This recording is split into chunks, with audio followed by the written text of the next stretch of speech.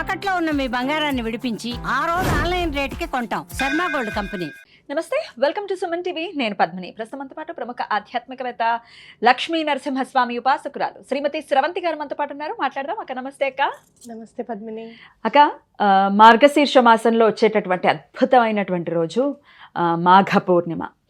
పౌర్ణిమ ఉత్త పౌర్ణిమగానే కాకుండా దత్త జయంతిగా కూడా జరుపుకునేటటువంటి మహిమాన్వితమైనటువంటి రోజు. అందులో ఎటువంటి సందేహం లేదు. దత్త పౌర్ణిమ లేకపోతే దత్త జయంతి వస్తోంది కాబట్టి మరి ఆ స్వామివారి దత్తాత్రేయ స్వామివారి అనుగ్రహం కోసం ఏమేం చేయొచ్చు, మీరు కూడా విశేషంగా ఈ రోజును వినియోగించుకుంటూ ఉంటారు. రకరకాల హోమాలు కానీ రకరకాల పూజలు కానీ చాలా వైభవపేతంగా చేయిస్తూ ఉంటారు. మరి మార్గశీర్ష మాస పౌర్ణిమ దత్త జయంతి నాడు ఏం చేయబోతున్నారు? దత్తాత్రేయ స్వామిని తలుచుకుంటే స్మరణ మాత్రేణ సంతుష్టుడు అనగా నాకు ఎంత ఆనందం అనిపిస్తుందో. స్మరణ చేస్తేనే స్వామికి అంత ఇష్టమా అంటే ఎంత తొందరగా అనుగ్రహిస్తారో. అసలు మనం 2 చేతులైతే దండం పెడితే చాలు. నాకు ఈ మధ్య కూడా మొన్న ఒకటి సమస్య వస్తే 108 సార్లు నేను సిద్ధమంగళ స్తోత్రం చదివితే నాకు ఇండికేషన్ వచ్చింది సాయంత్రం 5 లోపల పని అవుతుంది అని. కరెక్ట్గా 5 లోపల 4:40కి పని అయింది. అంత మహిమాన్వితమైన అదే సిద్ధమంగళ స్తోత్రం అనమాట. అలాగే స్వామివారి గురించి చెప్పాలి అని అంటే కనుక స్వామివారు నా జీవితంలోకి రావడం కూడా, నేనంటే అస్సలు ఇష్టం లేని వ్యక్తులు ఉన్నారనుకో ఎవరన్నా, వాళ్ళతో మనం జాగ్రత్తగా ఉంటాం కదా.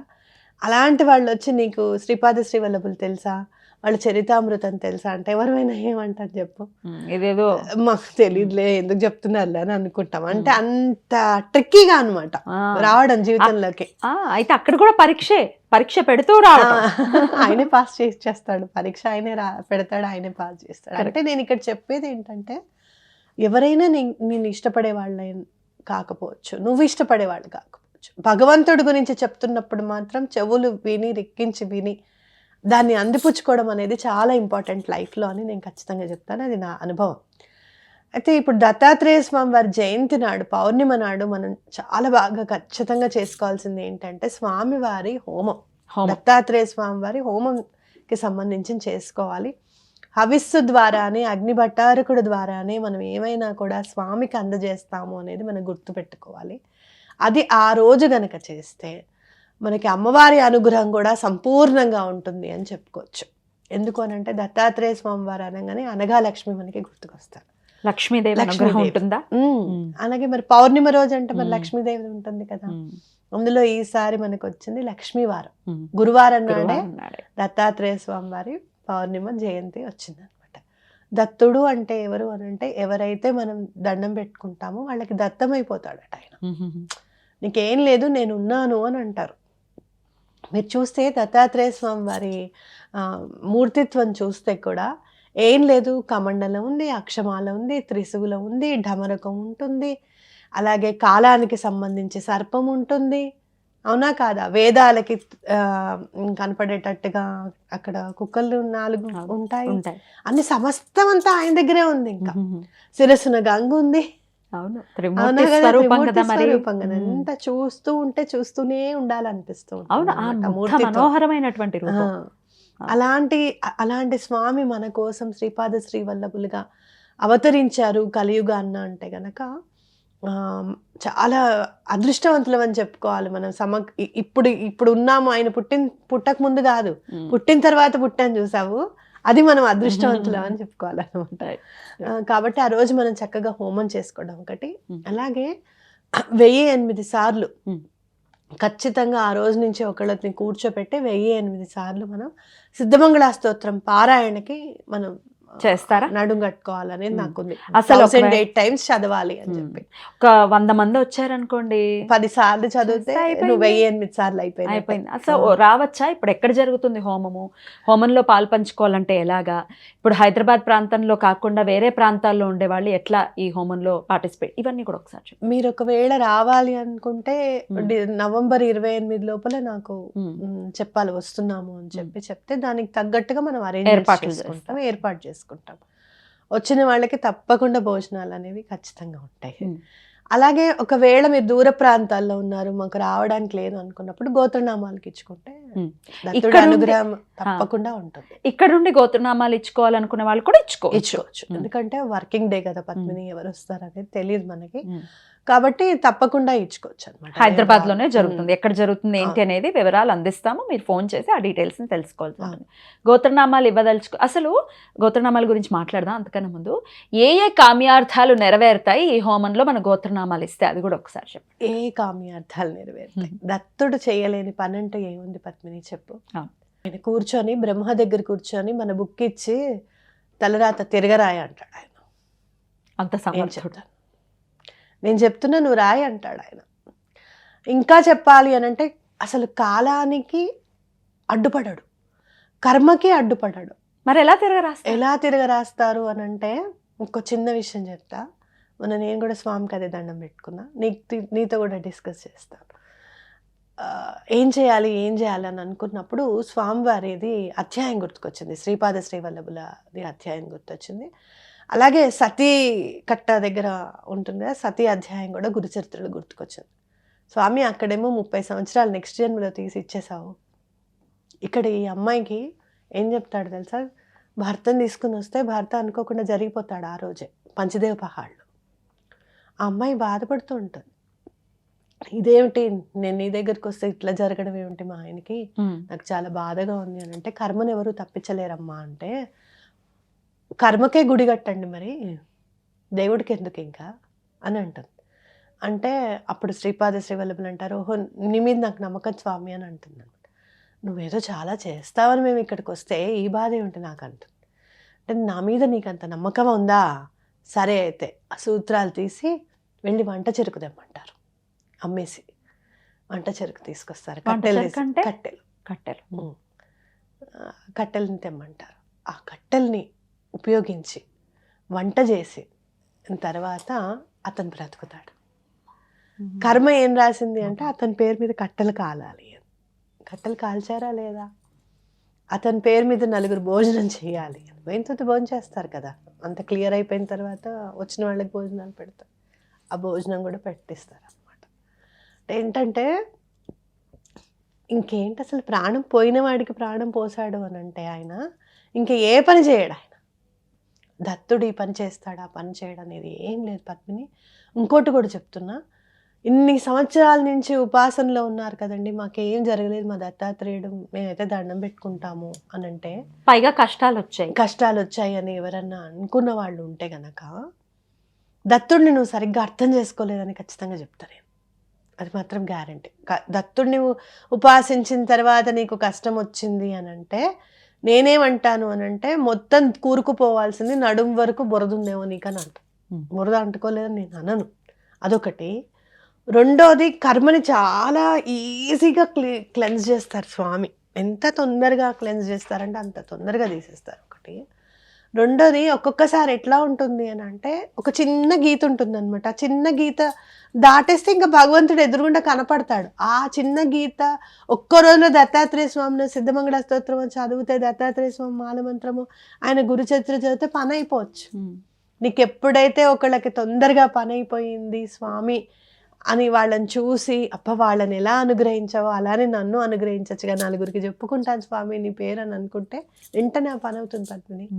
నేను చూశాను కళ్ళారా. నేను గాణగాపురంలో నాతో పాటు వచ్చారు కదా, 100 మంది వచ్చారు కదా, అప్పుడు మనం వెళ్ళినప్పుడు ఆవిడ కంటికి మంటికి ఏకధారిగా ఏడు చేస్తూ ఉంటే,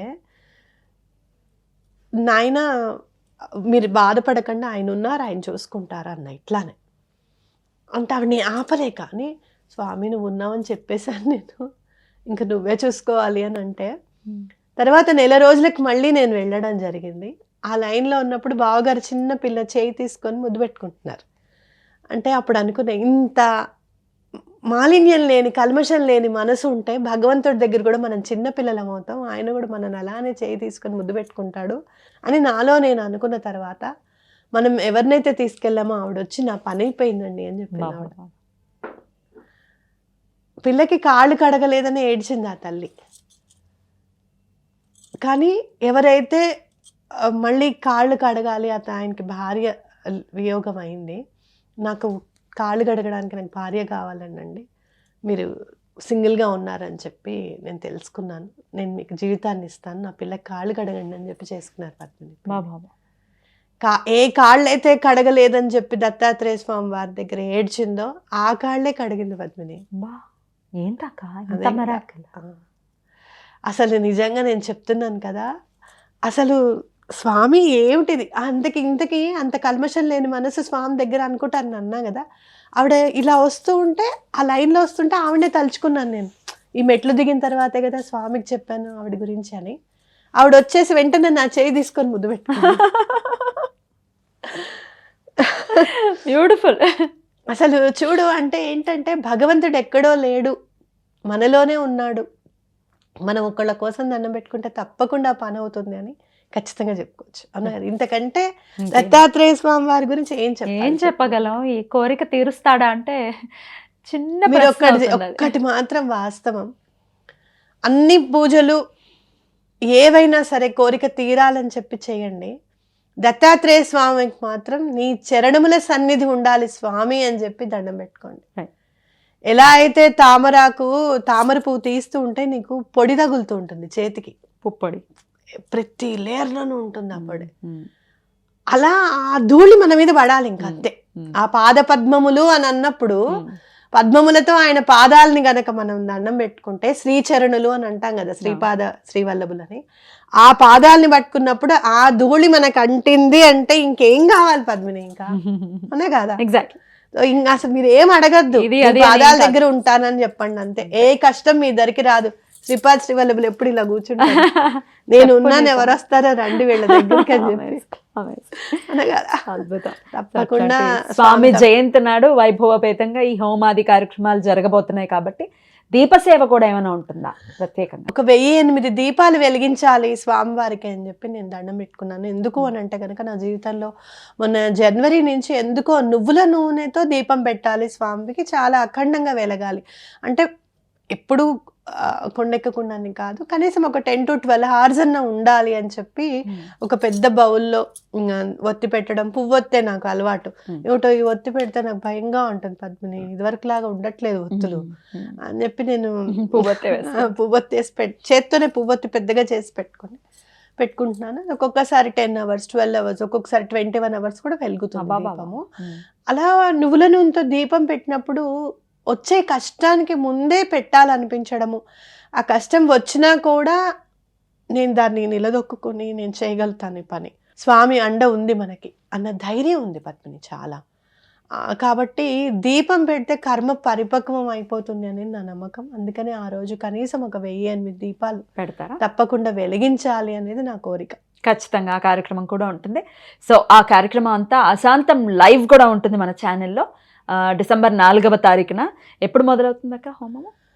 మార్నింగ్ అవర్స్ లో చేసుకున్నాం. ముందు పూజ చేసుకుంటాం మనం స్వామివారికి, దత్తాత్రేయ స్వామివారికి పూజ గణపతి పూజ తర్వాత దత్తాత్రేయ స్వామివారిని చదివి మాల మంత్రంతో కూడా చేసుకుంటూ స్వామివారి మూల మంత్రంతో మనం చక్కగా స్వామివారిని హోమం చేసుకొని సిద్ధమంగళ స్తోత్రం ఆ రోజు ఒక ఏదన్నా దండం పెట్టుకొని గురు చరిత్రలో ఒక అధ్యాయం పారాయణ చేయడం, అలాగే శ్రీపాద శ్రీవల్లభుల చరితామృతంలో కూడా ఒక అధ్యాయం పారాయణ చేయడం. అక్కడికి వచ్చిన వాళ్ళ చేత కూడా చేయిస్తారు.